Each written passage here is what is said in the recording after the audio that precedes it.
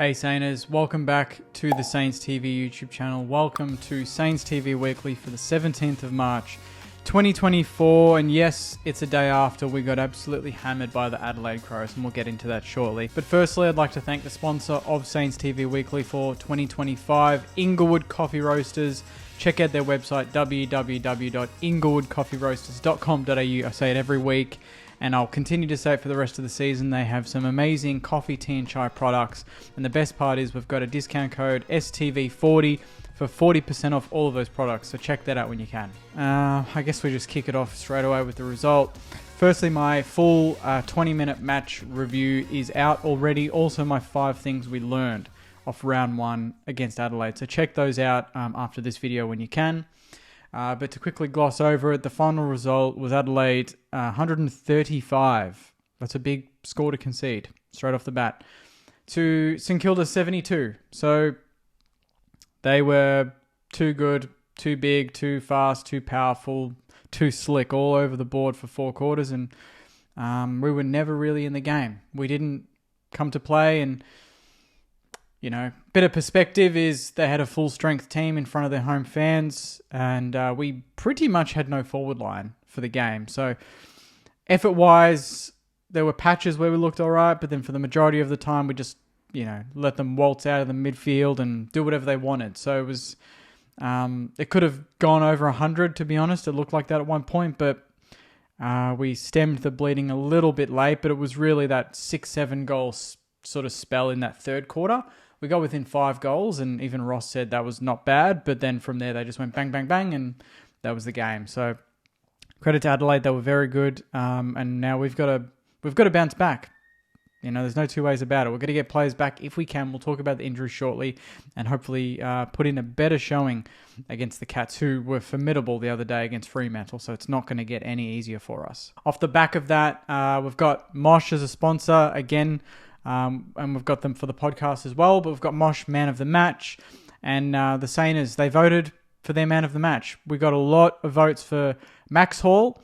We got a lot of votes for the TV remote, because a lot of people turned off the TV, and they were very happy with their remote helping them out with that.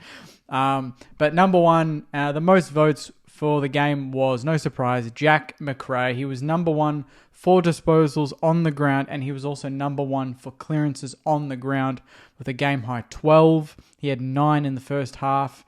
He finished with 12, and that was 2 better than Jack Steele and Marcus Winhager combined. So that's how good Jack Macrae went yesterday.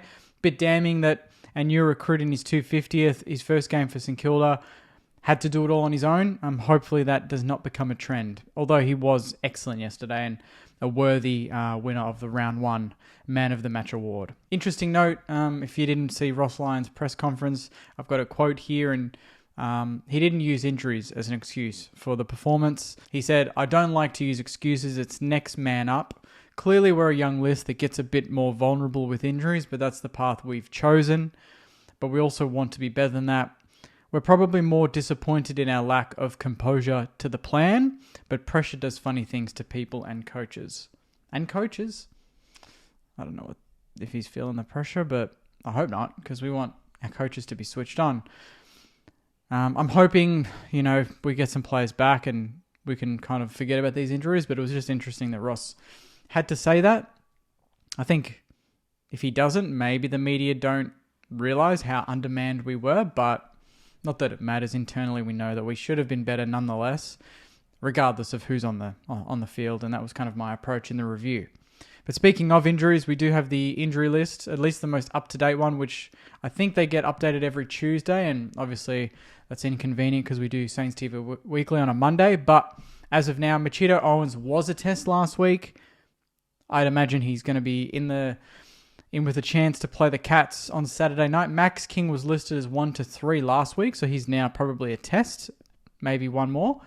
Dan Butler, 1 to 3 last week, probably a test as well. Liam Henry, I think Ross Lyon said in his presser that he's very confident that Liam Henry will play, so that's a really good sign. Cooper Sharman is a couple more weeks away. The Flying Viking is about 3 to 5 weeks away. Mateus, probably 6 to 7. Dougal Howard, about the same. And Paddy Dow, again, TBC, we don't know. So we might there's a chance, best case scenario, we get all 4 of Owens, King, Butler, and Henry back, which significantly helps our firing power because we lacked that big time yesterday with really only Caminiti down there, and that was it. And then we had to put him back.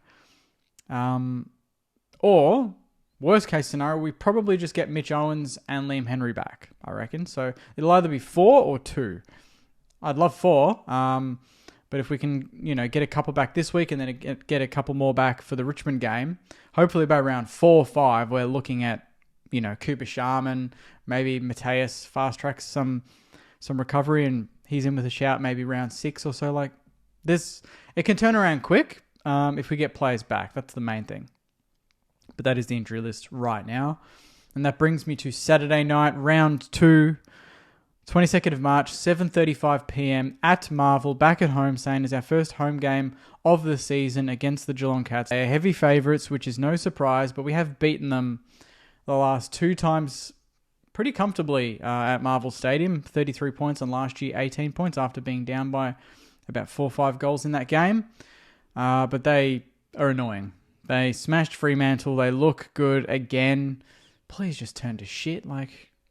It's staggering how much this team just continues to just defy the odds of being too old, too slow, and they just keep getting the job done, especially against a young team like Fremantle that everyone has been talking up, and they just go out and absolutely hammer them.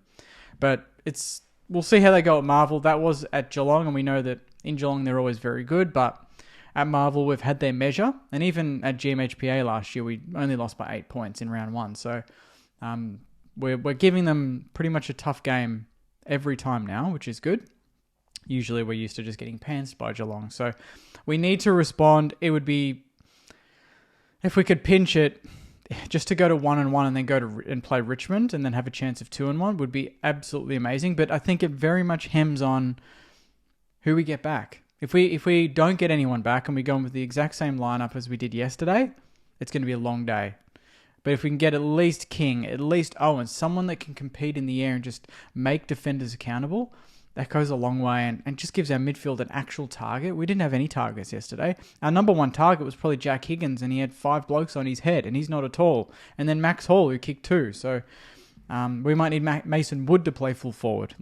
That's sort of the situation that we're in, which is not great. Whereas Geelong have got clean bill of health and are coming off a big win. So it's going to be a tough game, but if we can, wouldn't surprise me if we put in a very good effort in that game, but remains to be seen. And lucky last, we'll go through the tipping. This result, I got 6 this week, which was surprising. I thought I maybe did worse, but I'll take 6. Ben Adrian 90 is the username. He is the only person in the entire competition of 221 people to get 9. A lot of people got 8, and no doubt a lot of those people probably tipped St Kilda because it is a St Kilda tipping competition. So there's probably 40 people that got 8.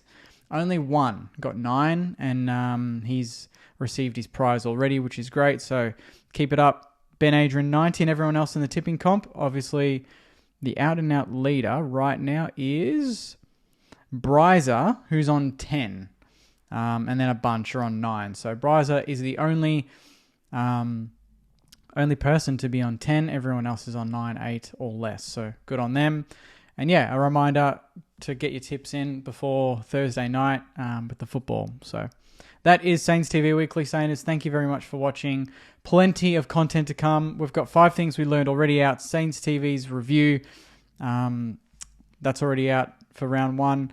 And then hopefully we'll have a couple more new sort of videos coming out this week. A couple more fresh faces, some fresh content. So hopefully you enjoy that. And obviously the teams Thursday night, it was a great launch on Thursday night last week. A lot of people tuned in, a lot of really good comments with Alana, Evan and Ollie. And hopefully we'll get those 3 back for Thursday night again. And then Saturday night, it'll be, a big game.